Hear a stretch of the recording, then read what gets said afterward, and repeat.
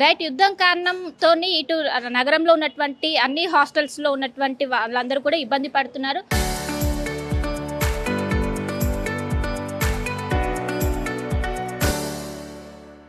ప్రస్తుతం నేను అమీర్పేటలో ఉన్నటువంటి ఒక హాస్టల్లో ఉన్నాను. వీళ్ళకు మెనూ అనేది పూర్తిగా తగ్గించారు. ఒకవైపు స్నాక్స్ కావచ్చు, టీ కావచ్చు, వీటిని మొత్తం కూడా పూర్తిగా తగ్గించి ఓన్లీ మీల్స్ మాత్రమే ఉండే విధంగా ఏర్పాట్లు చేశారు. మనం విజువల్స్లో కూడా చూస్తున్నాం. కేవలం మీల్స్కి మాత్రమే పరిమితం చేశారు. నగరంలో ఒకవైపు హోటల్స్లో కావచ్చు, హోటల్స్లో కూడా ఇదే పరిస్థితి ఉంది. ఇంకోవైపు హాస్టల్లో కూడా మనం చూసుకున్నట్లయితే కేవలం మీల్స్ మాత్రమే ఏర్పాటు చేశారు. ఎందుకంటే గ్యాస్ అనేది చాలా వరకు కూడా పొదుపు చేస్తున్నారు. పొదుపు చేసి అండ్ ఇండక్షన్కి సంబంధించినటువంటి అది ఆల్టర్నేటివ్గా చూసుకున్నప్పటికీ ఎక్కువ మోతాదులో అవి అనేది మనకు కనిపించదు.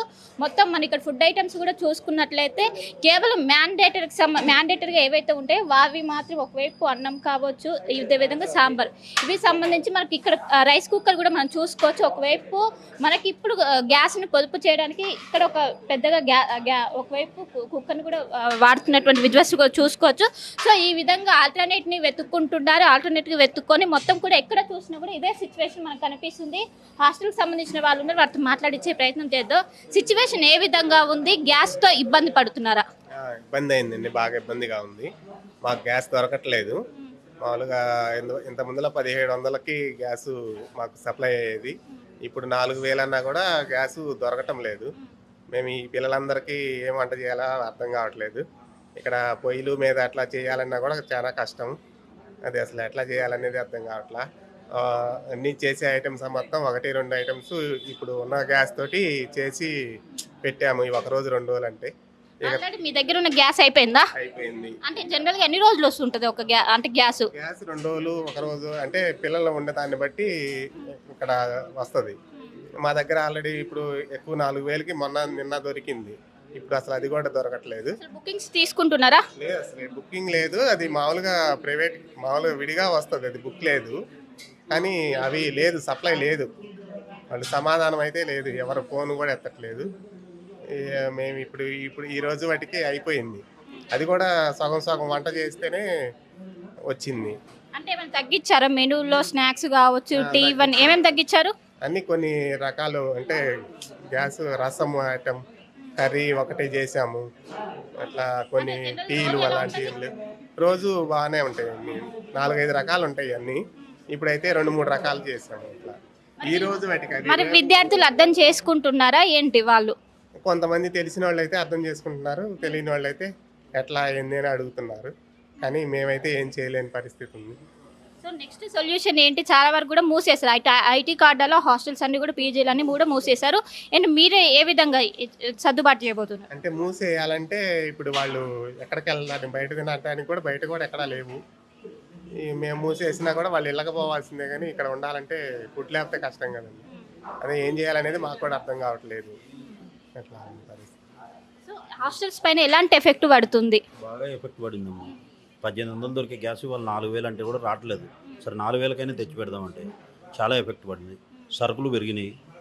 ఇప్పుడు చాలా ఇబ్బంది పడుతున్నాం. దాని నుంచి మెనూ తగ్గియాల్సి వచ్చింది. ఆ మెనూ కూడా సగం ఇవ్వాల్సి వస్తుంది వాళ్ళకి. అది కూడా ఇవాళ ఉంది, రేపు పరిస్థితి ఏంటో తెలవట్లేదు. ఇవాళ సాయంత్రం దాకా గ్యాస్ సరిపోద్ది, రేపు మార్నింగ్ పరిస్థితి తెలవట్లేదు. ఏదైనా నైట్ ఏదైనా గ్యాస్ వస్తే చేయగలుగుతాం.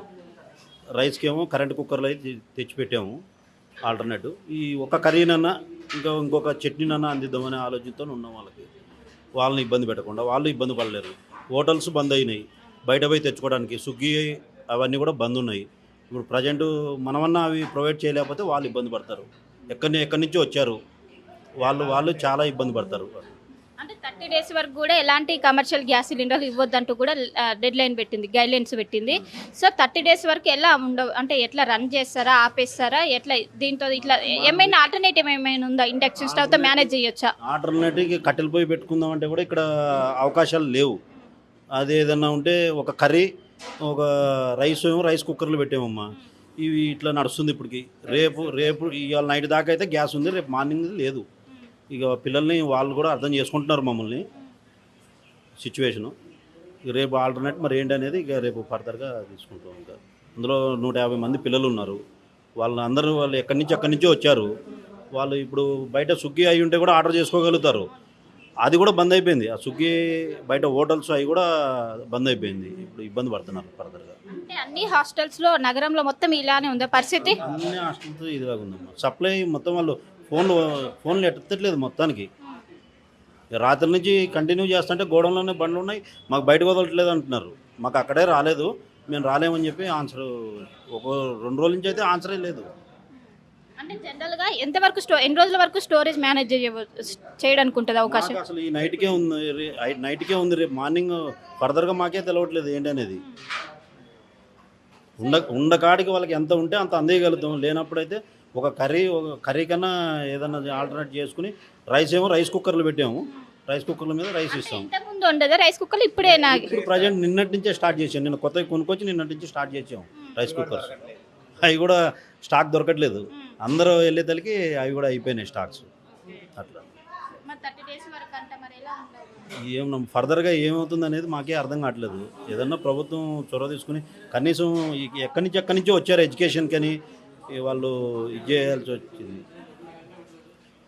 సో చూసుకోవచ్చు, పెద్ద ఎత్తున మొత్తం కూడా మెనూ కూడా తగ్గించారు. మెనూ తగ్గించి ఇక్కడ మొత్తం కూడా ఉంటున్నారు.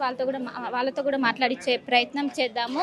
సో మొత్తం కూడా ఎక్కడ చూసినా కూడా ఇదే కొరత అనేది ఏర్పడింది. గ్యాస్ సిలిండర్ ఏ విధంగా ఉంది సిచ్యువేషన్?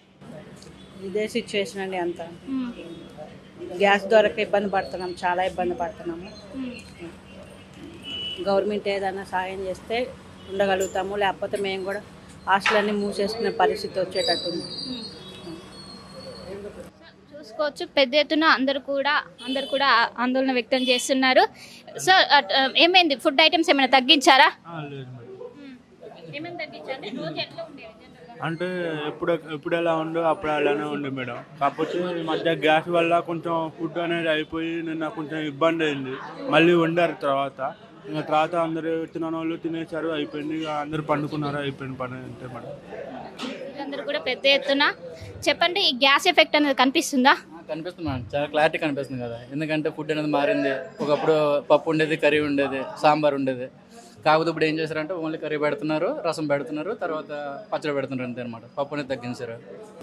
సొల్యూషన్ ఏమంటారు? సొల్యూషన్ అంటే ఏం లేదు మ్యామ్. కాకపోతే ఒకటి తగ్గించినప్పుడు ఏం చేయాలంటే గ్యాస్ కాస్ట్ కాకుండా కొద్దిగా గ్యాస్ లేకుండా కొన్ని ఉంటాయి కదా, దాని ఆల్టర్నేట్గా వాళ్ళకి అయ్యే ఖర్చులోనే ఏదో కొద్దిగా చూసి స్టూడెంట్స్ కూడా ఇబ్బంది పడకుండా, అంటే ఇప్పుడు ఫుడ్లో ఏదైనా సరే కొద్దిగా బెటర్ పెట్టచ్చు.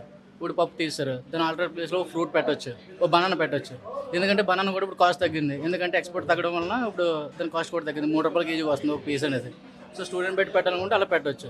సో అది మేనేజ్మెంట్ వాళ్ళు ఇష్టం, అది మనం ఫోర్స్ చేయలేము. కాదు ప్రజెంట్ అయితే ఫుడ్ పెడుతున్నాం కాబట్టి మనం ఏం మాట్లాడలేము కాబట్టి, సో ప్రజెంట్ అయితే ఓకే.